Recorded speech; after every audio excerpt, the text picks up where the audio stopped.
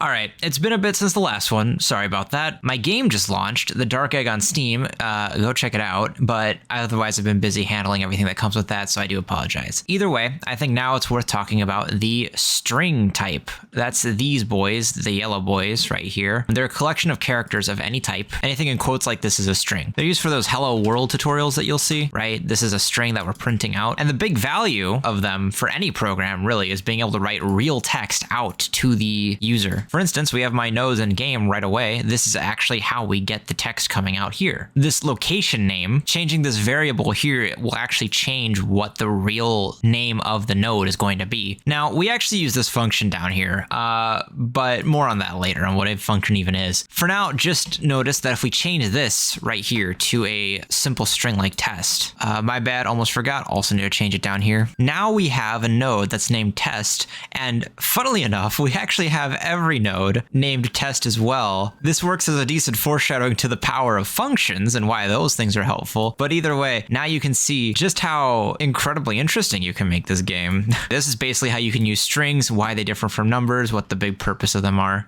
Yeah.